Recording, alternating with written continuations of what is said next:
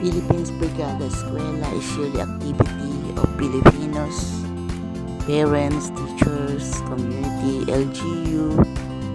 We are cleaning the classrooms, facilities, paint all the chairs and the wall before the classes starts. This is Filipino culture. Brigada Eskwela is yearly activity. This is Bayanihan by the Filipino parents, teachers, and community. Thank you for watching. Please click the button and follow for more.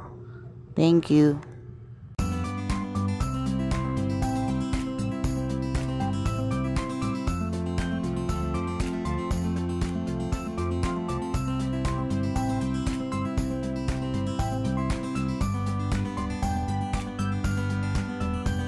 Madalay mo.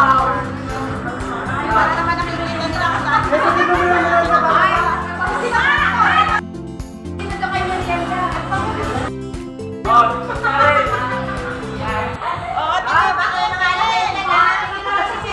Sa batis ko, mami, sama. Sa batis ko nila nakikita. Saan yung tiniraan mo? Patay na? Patay na lang.